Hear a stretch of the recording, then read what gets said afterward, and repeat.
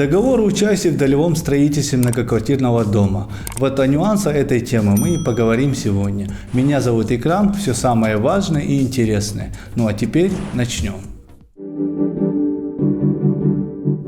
В настоящее время покупателям жилья интереснее первичный рынок, то есть новостройки, в связи с чем актуальна тема заключения договора о участии в долевом строительстве многоквартирного дома.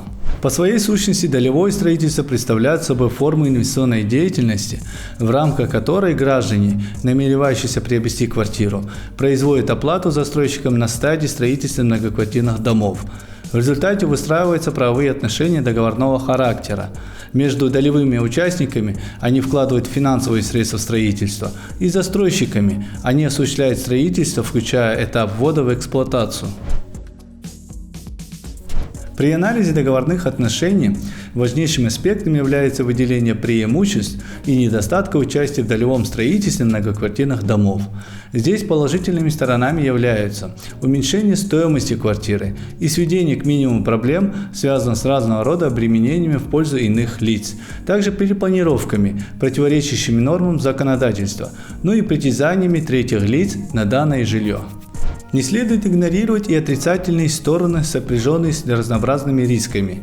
Например, целесообразно упомянуть о потенциальном риске неполучения объекта недвижимости после вложения средств, поскольку существуют риски банкротства застройщика, также использования незаконных разрешений на строительство и так далее. Тут следует сказать, что по мере совершенствования законодательства эти риски минимизируются за счет разработки соответствующих механизмов правового регулирования. Совокупность правовых отношений по договору долевого участия регулируется с помощью закона, где фиксируются следующие ключевые положения.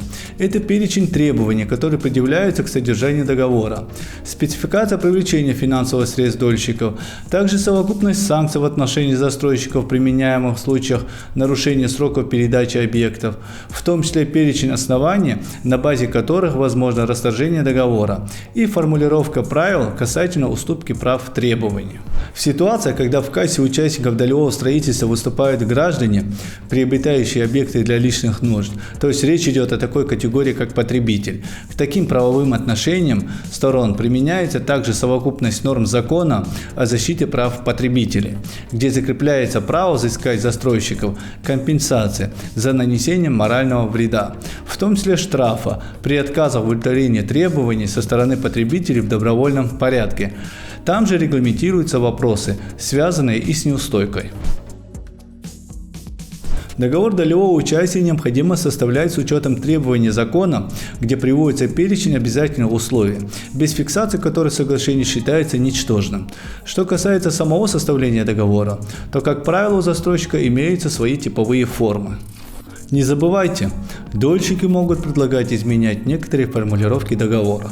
В структурном плане соглашение представлено в том числе следующими элементами. Например, прописываемый кадастровый номер, закрепленный за земельным участком под постройку, адрес, соответствующий жилищному объекту, этажность, прописывание номера квартиры, параметры планировки, указание на общую площадь помещения, высоту потолков, наличие лоджии и балконов, параметры отделки, ее спецификация, в том числе с указанием использованных материалов, также сроки, в соответствии с которыми осуществляется сдача объекта в эксплуатацию, суммарная совокупная стоимость объекта, а также ценовые параметры относительно квадратного метра и гарантийные сроки применительно к жилью.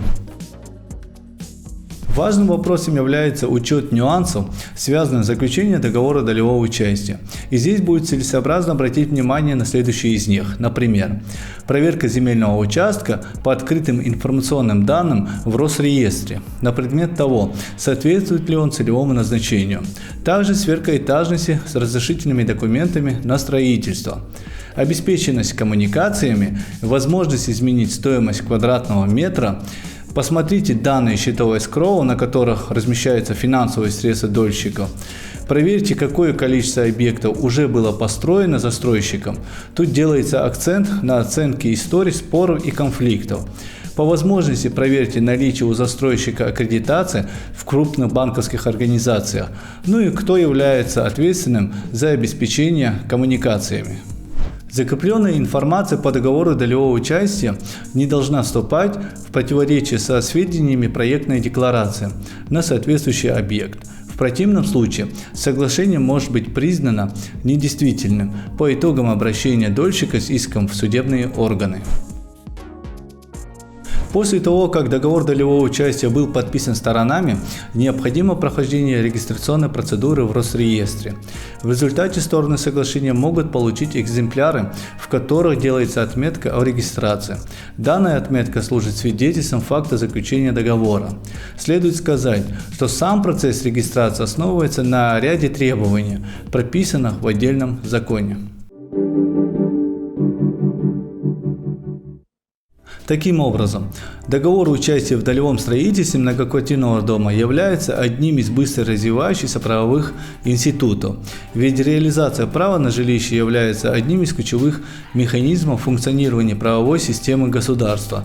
Поэтому, ориентируясь на преимущества договорных отношений применительно к договору долевого участия, не следует забывать и о ряде рисков и возможных проблемах, связанных с банкротством застройщиков, переуступой права требования, нарушением сроков и так далее. Из этого вытекает перечень первоочередных важных вопросов, которые необходимо принимать во внимание, и успешное решение этих вопросов базируется главным образом на тщательной проверке застройщика. Например, по индивидуальному налоговому номеру и названию организации можно получить сведения о том, присутствует ли конкретный застройщик на официальном сайте Федеральной налоговой службы. В дополнение полезная информация касательно участия в судебных разбирательствах, банкротства, долгов, что отражается в базе данных исполнительных производств. В любом случае решение по всем этим и другим вопросам принимать только вам, и чтобы не ошибиться, обязательно держите в поле зрения правовую сторону вопроса. На эту минуту у меня все. До новых встреч!